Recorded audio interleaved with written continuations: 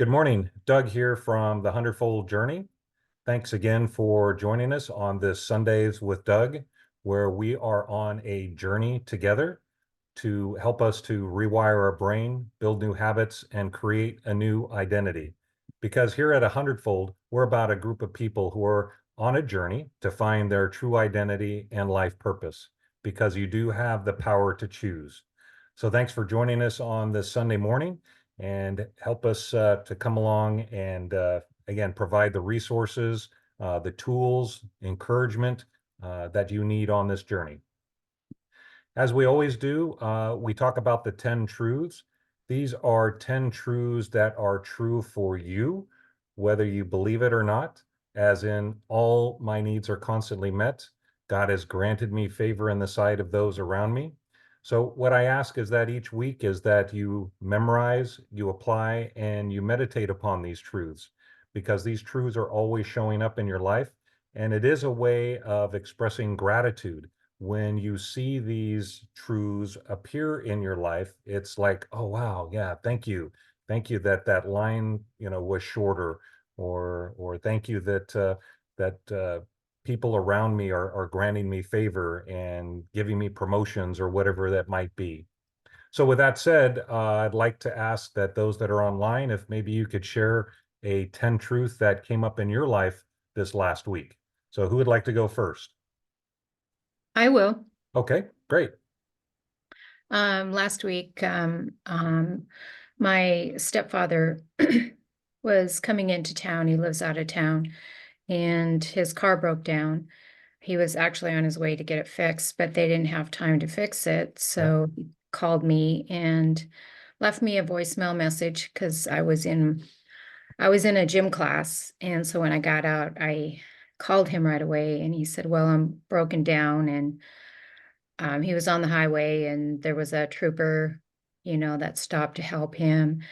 And but he needed a tow, so a friend of his, he called, towed him to a nearby truck stop.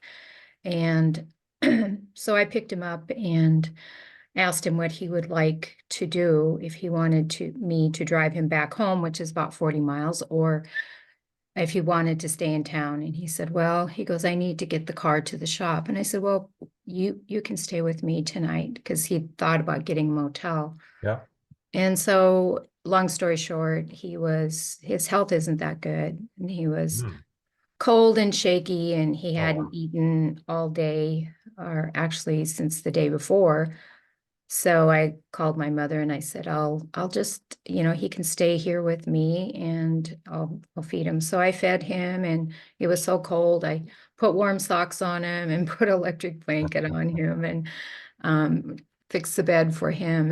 And he was really worried about his car, but I believe that, I was God to him, and I was there to help him. I could really feel his compassion and his fear. Mm.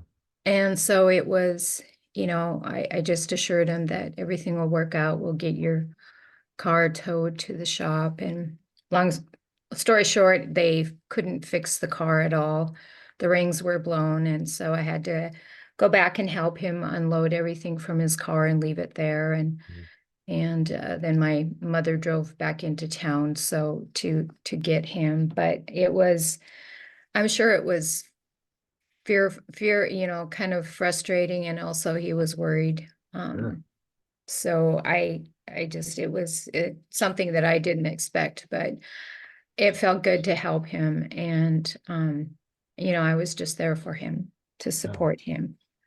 Awesome. Very good. So which of the 10 truths applied in that situation? I was God to him. Hmm. And I don't really have a great relationship with my parents, but I always try to be there for them if they need me, Right. if they call upon me. So I try to stay in touch with them, but um, they don't always, call upon me, or, but when they do, I'm there for them. That's Right. just, God working through me, and, Mhm. being compassionate and loving towards them. and that's all you can do, and that's all you can be is that person. Exactly. Yeah. Yeah. Yeah, definitely you were God to somebody today, right place, right time. You had unlimited possibilities and resources, because you had everything that you needed to help him out. Very good. Very good. All right. Anybody else? Juanita, what do you think? For me, um, same, like, I don't want to say the wrong name, like Linda. Yeah. And also, God has granted me favor in the sight of those around me. I definitely feel it all the time from my higher ups. Um, and just actually, I just feel it flowing from the company in general. Mhm. Like, I don't know how to explain it, but I get the sense that from the way that I work, I know that I've been an object of someone that they've been looking at closely in terms of how I do my work. Yeah. But I feel like the passion I feel about what I do, and the expectation I have of things being well, the vision and the mission being reciprocated or always played out in the lives of the patients I bring in. Just that belief that it has to be that way. Hmm. I feel like it's moving things in the company into Nice. better alignment. It's I feel people working to honor that commitment, Yeah. you know, as they look at the work that's being done or patients being brought in, they're working also in behind the scenes. I feel it like they're Yeah. working behind the scenes to really honor those commitments and moving people out of the way Right. in some instances who are not living up to that. Yeah. And getting the job done. Right. Correct. Very nice. So which 10 truths apply in that situation? For me, it's God is granting me favor in the sight of those around me. Yeah. Everything my hand touches prospers, Yeah. and life is a mirror which reflects back what I truly believe and think. So that last one, describe that one for me. What do you mean life is a mirror? How does that be? because I believe that people have a choice to come to you and allow you to serve them, Hmm. and because I believe that um, we if we have a vision and a mission, we ought to be working toward that and fulfilling it. Because I believe those things are true, Yes. the thing that is reflecting back to me in terms Yes. of how the company is operating, I feel like it is coming back. Like the company is the people are more conscientious. They're getting back in alignment with what the original purpose was. Yes. Love it. Love it. Exactly right. So it's being reflected back to you, your belief, right? And it's being reflected because you see that. And that applies to anything, even like a vision board, right? When you truly believe that you are a co-creator and that you can put on your vision board a house with a certain location, a certain size, etc., then when you put that on your vision board, and believe it that you're creating that, then it will be reflected back to you. You'll be a vibrational match, right? Yes. All right, excellent. Well, thanks for sharing. Appreciate that. So we are in a series called Rest for Your Soul. And last week we did an introduction, and this was part of the introduction. But today we're going to be talking about your identity and how your identity and understanding who you are, you can then understand how you can find rest for your soul. So last week we talked about us being a triune being, right? We are a spirit with a soul in a body, and our spirit is came before the foundation of the world. We are one spirit with the Lord. We're seated in heavenly places, and the spirit governs the soul, right? The spirit basically says, this is the truth of life. This is the way I, source, God created you. And when you follow my direction, then life becomes a state of rest, rest for your soul. And then I'm a soul. So this is, God breathed into us, and the soul is our chooser, right? It resides in our will, our emotions, and our actions, and it's designed to govern the body. And then our body is made up of the five physical senses. And it is designed just to take commands or orders from the soul, which then gets orders from the spirit. So that's our triune being, and this is our identity. So again, I am a spirit who is a soul who lives in a body. But how do we find rest for our souls? And that is, again, in identifying or knowing what our true identity is. So last week we talked about this. We talked about being the three parts. You have the connector, you have the soul, and then the manifestation being the light bulb. And when we're not plugged in to source, then our soul is choosing to live out of the body, out of the flesh, out of the five physical senses. But when we're living from the spirit, when we're connected to the spirit, notice on the left-hand side, we're not connected, right?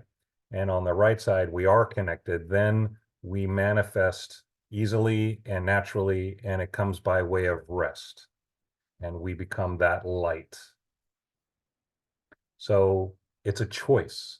We get to choose. The soul is our chooser. We get to choose whether to be plugged into source or not to. And based on that decision will determine the outcome of basically our life.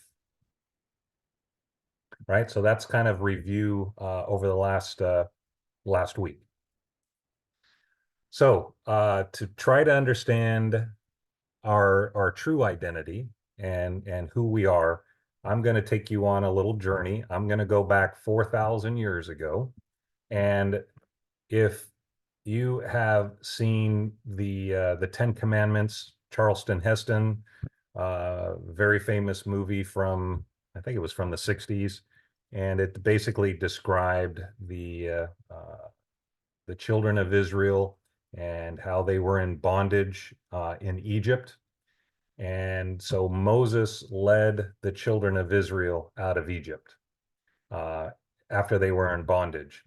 And then God basically showed Moses the dwelling place of God. And he showed him the example of what heaven truly looked like and where the dwelling place of God was. And he described it and then instructed to build what he saw. So Moses was instructed to build what he saw, the vision that he saw. And what he saw was basically heaven on earth, the dwelling place of God. And these were all types and shadows of God's original design and the way he designed to interact with his creation, with God's creation. And what he showed him was this, oddly enough, pretty simple, but it was a moving tabernacle made of skin. So this was the vision, and basically this was a moving tabernacle, which meant this was portable. Each of these had little posts in them and pegs, and basically the Israelites could tear this down, this tent, this tabernacle that was made of linen and skin, different kinds of skins. I don't remember them all: goat skin and sheep skin and so forth. But it was a moving tabernacle made of skin. What are we made of? We're made of skin, and we're a moving tabernacle. So this, in a sense, is a picture of us, the dwelling place of God. And it was a type and a shadow of what God showed Moses back 4,000 years ago. So all of this is a representation of God's plan for man to be his dwelling place. Now, to take a deeper look inside, so there's three sections of this, and you couldn't really see it in this picture, but notice there's a court, an outside place where there were two articles. But then inside that little tent there were actually two separate places. And so here we're going right to left. So the left side, sorry, the right side, which is that outer court, um, we can figuratively call that our body. And if you remember last week, we also talked about 30, 60, and 100-fold, where the seed and the sower, and this is where 100-fold comes from, is that we are in the dwelling place of 100-fold. But if we choose to live in the outer court, we're actually living out of the body, which I dub that 30-fold, right? We're still part of the tabernacle, but we're living at a lower level. I'm not sure if that's the right phrase, but we're living from a 30-fold, which is from the body. And then you go through that curtain and you now enter a different place that is dark. It's not outside, it's inside. And that was called the holy place. And this is where the soul resides, right?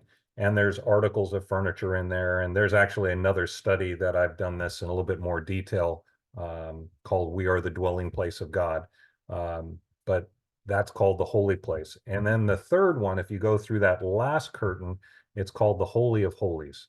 And that is where the Spirit resides, right? And that's where 100-fold is, because we want to be living from the Spirit.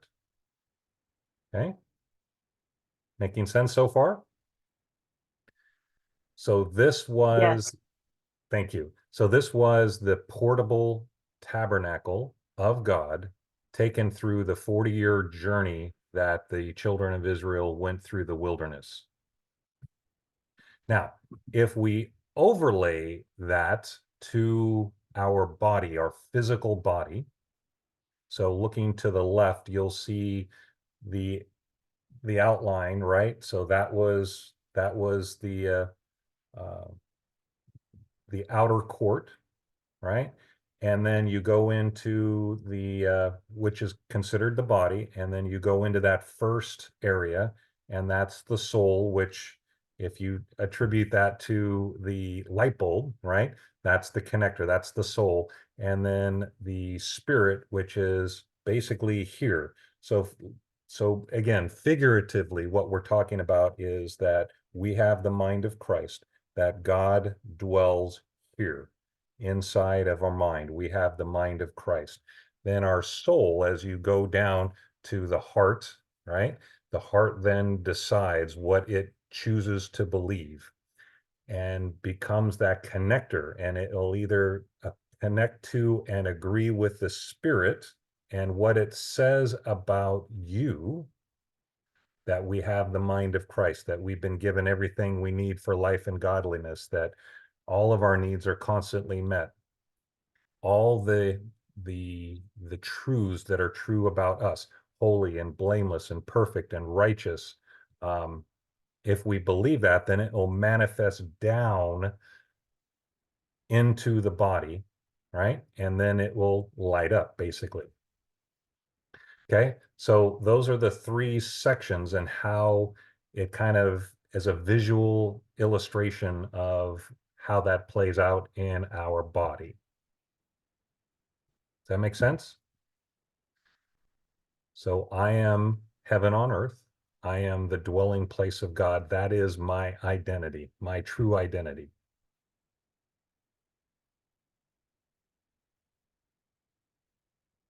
So I'm pausing just to kind of let that soak in. Not sure if you have any questions or like, Doug, that's crazy, or no, that makes sense. And I know this is a type, a shadow, right? But it's what's happening inside of us. and it's who we are. It's our true identity. All right, so back to we are a true triune being. So I am a spirit. I am one with source, one with God, one with consciousness, one with Christ. Whatever term you choose to use. And I say term because God sometimes, there's a lot of different beliefs of who God is, but its source, its energy, its frequency. We've talked about that before, but it's Christ, and I am one with Spirit. And then the soul represents who I am, right? My soul is Doug. It's my personality. It's my ego. It's who I am, right? So that's what the soul represents, and that's my chooser. I get to choose to listen to spirit, or I get to choose to listen to the body. And then I live in this body, right? I'm here with my 5 physical senses. But the question is, who am I listening to? Am I listening to spirit, or am I listening to body and the 5 physical senses? And my ego, my personality gets to choose which one I listen to. And we want to be listening to the spirit. So here's kind of another way of looking at it, right? So we've got our body, which has the Holy of Holies, the tent of meeting, or the holy place, and the outer court. And you can see the 100-fold, the 60-fold, and the 30-fold. So the 100-fold is the seen uncreated, right? Sorry, the unseen uncreated is God's kingdom, and then the unseen created is the soul, and then the seen created is the body. When we're living out of the spirit, we're living from God's kingdom and God's resources. When we're living out of the soul, we're living out of the supernatural. We have some physical senses and we have some spirit. It's kind of almost in between. And then we have the body, which is the scene created, which is natural. It's all of our 5 physical senses. It's the trees, the birds, um, our automobiles, our houses, and that kind of thing. So this is a different way of looking at the 30, 60, and 100-fold. Now, how does this work? So when we are living from the 100-fold, I'm bringing heaven down. God is saying, I want you to be me because you are me. I want you to bring, to rule and to reign, reign as a king and a priest, because these are all the truths that are true for us. This is what God says about us, is that that I am a king, I am a priest. So when Jesus said, he's the King of Kings and Lord of Lords, who's the king? Who is he the king of? He's the king of us. So I'm not saying I'm the head king. I'm a king who is reporting into, if you will, the King of Kings, who is Christ. And he's the high priest, right? He's given me the rule and authority to be a priest, but he's our high priest. And I'm a life-giving spirit. So it flows out of us. It's who we are. That is our true identity. So what we do is then we bring this down, right? We bring it down from the mind of Christ that we have into our soul. And then now the spirit has control over our soul, right? So it's coming top down. The rule and the reign is coming top down. And then eventually it hits the body. So now the soul has control over the body. So the body doesn't say, hey, I'm tired. I don't want to do this. Look at the circumstances around me. Life is hard. My job is hard. I don't have great relationships. So your physical body is giving you these signals that's saying, again, all those things I just said, life is hard. So when you allow the body to tell your soul what the conditions are, and then all of a sudden your soul, your personality, the who you are, Doug, then I respond to that and go, oh wow, it is difficult out there. And then all of a sudden, you're an emotional roller coaster. Your physical, you come into dis-ease because life is not easy. It becomes hard, and then it causes your functions of your body, your emotions, it all manifests in negative ways because your soul is listening to your body, and then you are not in rest. But when you are ruling and reigning from the top down, where you say circumstances don't matter, only state of being matters, and even though it feels like I'm in the wrong place at the right time, you actually are, and that all your needs are constantly met, then it comes by way of rest. Then life becomes easy. The burden is light. So just like last week where we talked about the two that, and in fact, it's over here, so I'm just going to read it. Come to me, all of you who labor and are heavy laden, and I will give you rest. Take my yoke upon you and learn from me, for I am gentle and lowly in heart, and will find rest for your souls. For my yoke is easy and my burden is light. So this is the picture of the two cows, the two working animals, and there's that yoke in between them, right? So when we rest in knowing that we're yoked, our soul and our spirit are yoked together, and that I'm following the lead of the spirit, all right, or the older cow or whatever, that older cow knows exactly what to do, how to do it, and you can just rest and just follow along, right? Follow that breadcrumb trail. Then that brings us rest. And that's exactly what this verse talks about. It's rest for the soul. So it's not something you do, it is who you already are. So you just rest in it. You rest in knowing that the Spirit will always guide and direct you. The question is the chooser. Which one are we listening to? Are we listening to the body, or are we listening to the Spirit? I don't know about you guys, but I like coming from a place of rest. That means I don't have to worry. I don't have to be fearful. And we've talked about the emotional scale, right? The Hawkins scale, where the lower emotions are vibrating at fear and anxiety and anger, right? And they're all in the lower vibration versus the higher vibration, which is love and joy and excitement. That's where we want to be, and that's where rest comes from. And this is just a reminder that we are a life-giving spirit. He who believes in me, as the scripture has said, out of his heart will flow rivers of living water. And Juanita, this is an example of what you were, and I think you said your uncle, but this is who you were for your uncle. You were a life-giving spirit, right? You were God to him because of the love that you have inside of you that's being reflected out to and I'm sorry, it was Linda, not Juanita, that showed the story. Sorry, my bad. But Linda, this is who you are.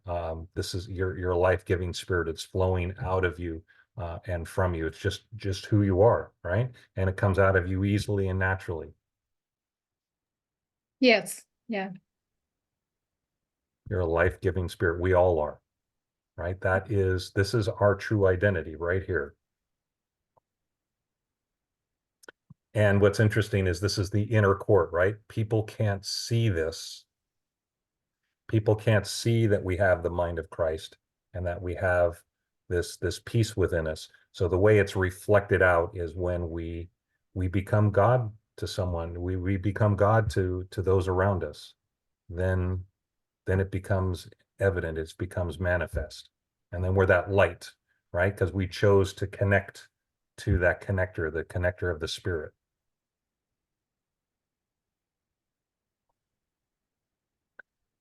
All right, so that's all I had for this morning. Questions, comments, observations? I love your graphics today. All right. All right, cool. All right. Well, thanks again for jumping on and being with us on Sundays with Doug. Next week we will be talking more on identity and exactly what the definition of the soul is and how it operates. I'll have some more illustrations for you, but hopefully you guys will be able to join us next week. Please continue to work on the 10 truths to memorize, apply, and meditate. And just remember and remind yourself, each day this week, meditate upon this, that visualize yourself as being this life-giving spirit, and that's how what's hidden inside of us gets revealed, is when we share that love and that helping other people around us. Okay, so thanks again for joining us, and we will see you next week. Bye for now. Thank you.